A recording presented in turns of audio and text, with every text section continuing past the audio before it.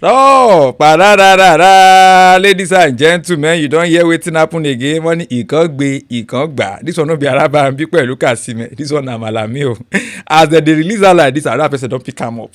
It's not the first time we dey see this kind thing play for Nigeria, but this one is a very very peculiar one and e dey sweet my belle. In case you no know who Abubakar Malami be, na him follow Buhari reign for 8 good years as the Attorney General of the Federation. And when this guy dey there, e dey worry, e dey do things. You know say Buhari like this na autopilot. I no follow dem dey government o, but everybody wey follow baba rule, they just dey do their own. Nobody dey check them. According to wetin we call data dey hear, Buhari no send anybody. They say im own na to read cartoon, make e laugh, make e smile, make e do wake fura dey no, make e go im farm, go at ten d to im 150 cows. But then Malami is in the news so for a while now. In case you don't know, the first time we go hear of am after a long while be say that they torchlight am say money don miss. How money take dey miss for Attorney General wey no be Accountant General?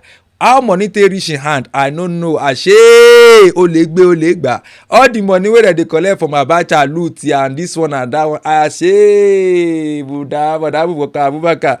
Ashe e get the way dem dey use am for the good of the people. Ladies and gentlemen, when they mention how much na him Malami don kpake fear catch me about 200 and something billion naira. I say fuda, wait na, no be me talk am na, make I go find am, make I go read am for you. And when I come see the full list, I say no wonder, because in people for in state they no dey take am play o. If you sef get uncle wey hold like this, you no go take am play. You say how? Make I tell you wetin this guy get. How person go take get this kind money as a government worker? Toya wa ni $155 million ìran ọmọ lọ secondary school. According to this particular one, I wan read 41 properties of Abubakar Malami. Wetin be that? They say hotel dey there, residential buildings dey, land, school, printing press, everything e dey for Kebbi, Kano and FCT. Properties for Kebbi dey go like 162 billion naira. Say sure. 162 billion naira, 195,950,000. And the one wey dey for Kano na like around 16 billion. The one wey dey for Abuja na around 34 billion. Say people no dey fear God. Federal government 516 count charge bordering on money laundering and all those ones. No be only him o, him and the pikin and him wife. Na all of them dey talk say their hand no dey. How one person hand wan take carry this kind money? It must to get help. See the one wey dey for Kebbi state. That's why I talk say Kebbi people, this guy go be like God to them. Dem go dey laud am, dem go dey praise am, dem go dey hail am. If you see the reception wey dem give am when they come back from detention, you go fear, because say shoot, this guy na big boy na. Wetin happen? They say for e get Ryan University and Education. For the Ryan University permanent site, now that one na like 56 billion. Ryan University temporary site around 37 billion. Their university third site 2.4 billion. Their vice chancellor house 490 million. Vice chancellor. La ilaha illallah. Their model academy 11.2 billion. Their primary and secondary school 8.75 billion. Their agro-allied factory and commercial, the factory building are like 4.2 billion. Machine and plants 10.5 billion. The mosque 2.4 billion. Kí ló dé? Èló ni ajẹ́ sọ̀rọ̀. Mọ́ṣáláṣí ńlá ọjà ọba ní Ọ̀fà. Our central mosque for Ọ̀fà. How much? I no go talk. The Ryan Mill staff quarters 10 units 1.4 billion. The Bostang building 3.1 billion. Printing press 1. Something billion. Al Afia energy tanker garage 2.4 billion. Their oil and gas limited structure 1. Something billion. They even get radio. Ẹ̀yin tẹ́ wá ṣe radio ẹjọ́ Ryan radio olúwa o kàn dẹ̀ fún yàn ṣẹ́ ń bẹ̀ báyìí. Ryan radio is 78 million. 78 million. Àwọn ọkọ̀ ilé dáadáa. Okay, maybe the online radio 78 million. Asbir brand properties 10. Something billion. Gallery 58.1 million. Gardens 392 million. Mosque 250. This guy like God o. Now 2 times he don build mosque now. 252 million. The clothing line Asbir clothing 350 million. Asbir pharmacy and supermarket 175 million. Residential and foundation GRA house 350 million. house behind mobile 490 million, residence behind cemetery 350 million, abdulaziz in first pikin house 1.6 billion. La God punish poverty. Ladies and gentlemen, 1.6 billion. Abiru in second son, that one 2.9 billion. Kilo day. Malami support organization building for ADC 210 million. Kadi Malami foundation building 56 million. Ryan security house 245 million. Security house. No.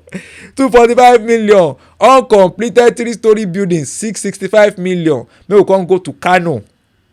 Zeno Hotel 11 point something billion. Zeno Mosque 84 billion. Zeno Old Hotel Building 280 million. Ryan Hotel Kano 2.2 billion. Ryan Gym Kano 1.2 billion. Wife's House Amadu Bello Way Kano 982 million. May we come go to Abuja, the Federal Capital Territory. Duplex wey dey for Amazon Street Maitama 5.9 billion. Mitak Hotel Jabi 8.4 billion. Mitak Hotel Maitama 12.9 billion. 42 units of bungalow for FAB Estate 385 million. Ammonia Hotels 7 billion. Ladies and gentlemen, everything totally 212 billion 892,750,000. Ẹ pariwo ẹni tekbir, Allahu Akbar. People no dey fear God. Takula 212 billion naira na him Malami carry. So when the court talk say they wan carry am go court, you know say all those things no dey make sense. When you don owe, say whatever is worth doing at all is worth doing. You know say for this country if you thief money well na don dey carry you go police station na EFCC, and people wey don go EFCC wey don go come back dem tell us say the place be like 3-star hotel. They say e be like 5-star hotel, say you go get nice.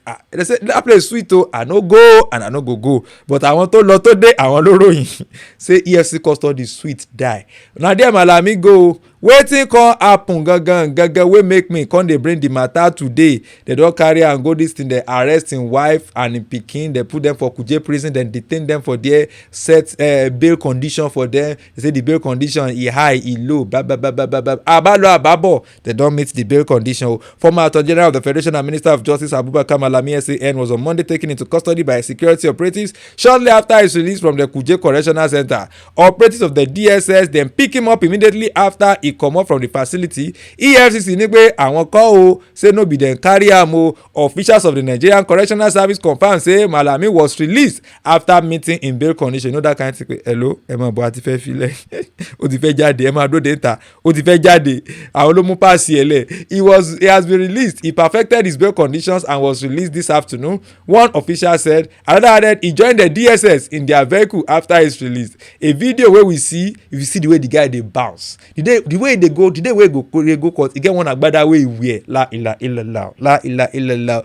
For that agbada go be like say ẹyin tó bẹ nsìn ta ló ń bá yín who dey deceive una. Ladies and gentlemen, in the footage they ask the officers to say who is your guy among you, can I see your ID card, with audacity o.